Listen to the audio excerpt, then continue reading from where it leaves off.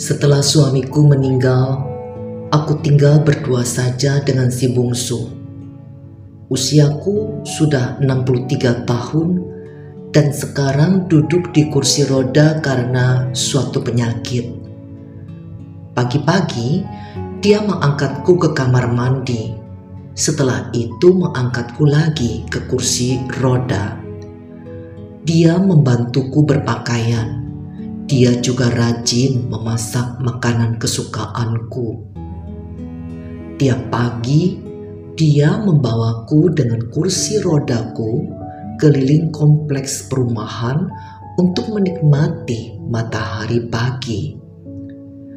Dalam hidupku yang sepi ini, aku sering menangis kalau memandang wajah bungsuku.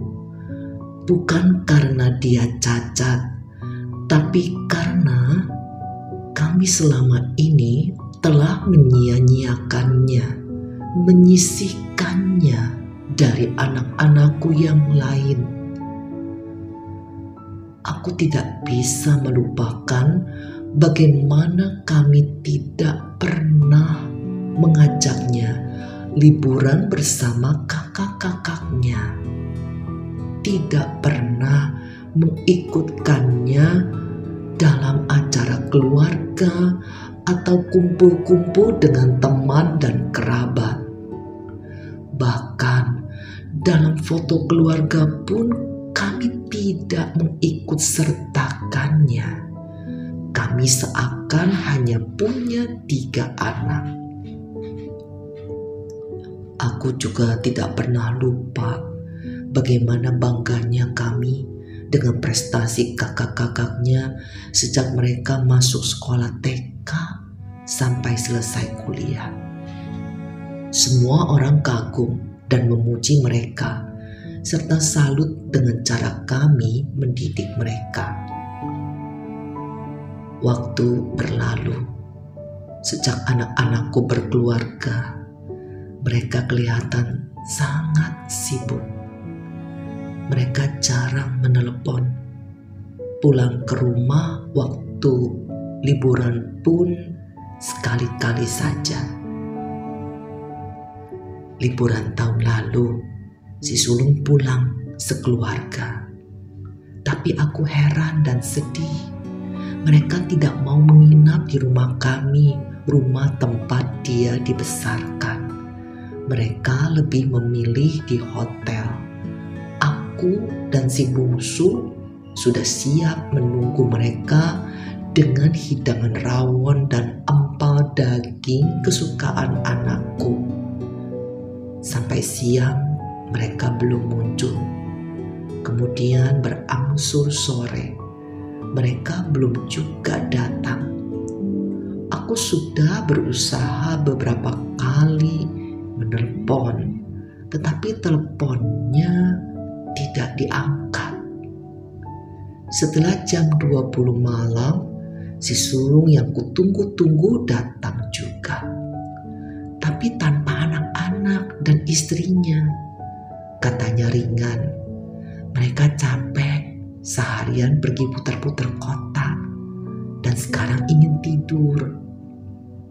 Waktu ku katakan kalau rawon dan empal sudah disediakan, dia menjawab, "Sudah makan, Ma. Kenyang."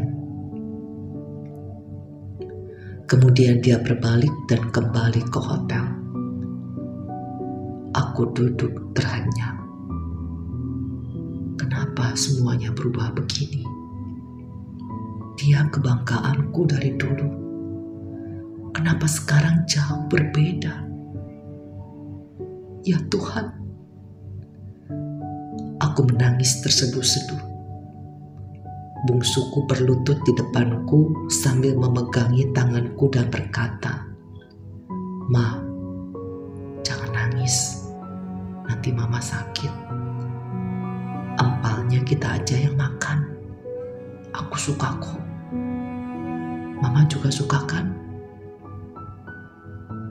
Dia memelukku sembari menghapus air mataku. Kami berpelukan erat. Dalam tangisku aku berdoa kepadanya. Ya Ampuni hamba telah menyia-nyiakan karunia terindah-Mu yang berhati emas ini. Ampuni hamba telah pilih kasih kepada titipan-Mu. Ampuni hamba telah menyia-nyiakan kepercayaan-Mu yang telah menitipkan dia yang tidak sempurna ini. Ampuni hamba telah menganggapnya tidak ada. Ampuni hamba telah merasa malu menerima titipan-Mu ini. Ampuni hamba telah sombong membangga-banggakan kakak-kakaknya. Ya Tuhan, ampuni hamba orang yang hina ini. Ampuni hamba ya Tuhan. Kisah di atas menyadarkan kita bagaimana kualitas kasih seseorang terlihat dari kasihnya kepada orang yang dianggap lemah, tidak berdaya, dan tersisihkan. Jika kita hanya mampu mengasihi orang yang kaya, kuat, hebat, berkuasa, atau baik kepada diri kita, kasih tersebut bukanlah kasih yang berkualitas. Kasih seperti itu biasanya kasih yang mengharapkan balasan. Sebaliknya, kasih yang berkualitas adalah apabila kita mampu mengasihi orang yang tidak berdaya, tersisih, dianggap hina, atau dianggap najis, dan sebagainya. Kasih seperti itu sangat sulit dilakukan dan jarang ditemukan.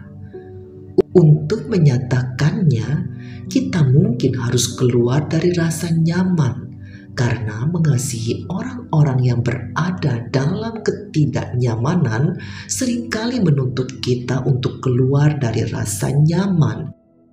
Yesus dapat merasakan posisi mereka yang tersisih karena Yesaya bab 53 ayat 3 mencatat, ia dihina dan dihindari orang, seorang yang penuh kesengsaraan dan yang biasa menderita kesakitan.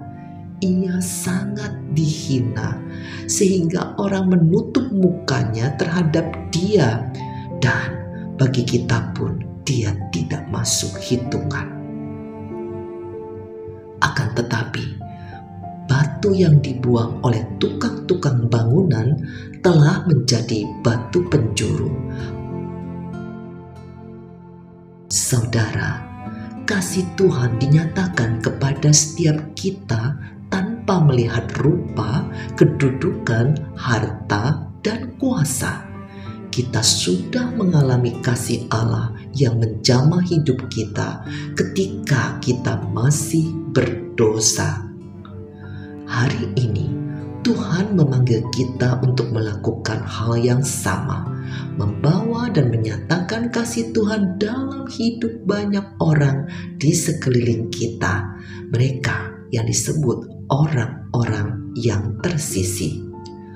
Petrus dalam suratnya yang pertama menasehati dan mengajak kita, datanglah kepadanya, batu yang hidup itu, yang memang dibuang oleh manusia, tetapi dipilih dan dihormati di hadirat Allah. Biarlah kamu juga dipergunakan sebagai batu hidup untuk pembangunan suatu rumah rohani. Amin.